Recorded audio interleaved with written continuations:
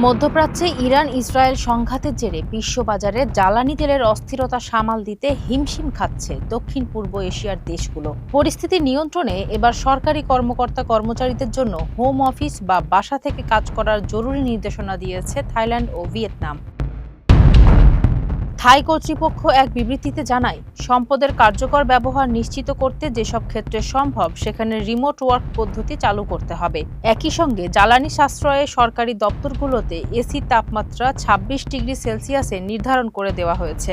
Bangkok জানিয়েছে বর্তমানে তাদের কাছে ২ মাসের তেলের মজুত আছে এবং অভ্যন্তরীণ চাহিদা মেটাতে তারা রপ্তানি স্থগিত রেখেছে। অন্যদিকে ভিয়েতনামে পেট্রোলের দাম ২০% বেশি বেড়ে যাওয়ায় ফিলিং স্টেশনগুলোতে দেখা গেছে হাজারো মোটরসাইকেলের দীর্ঘ সারি।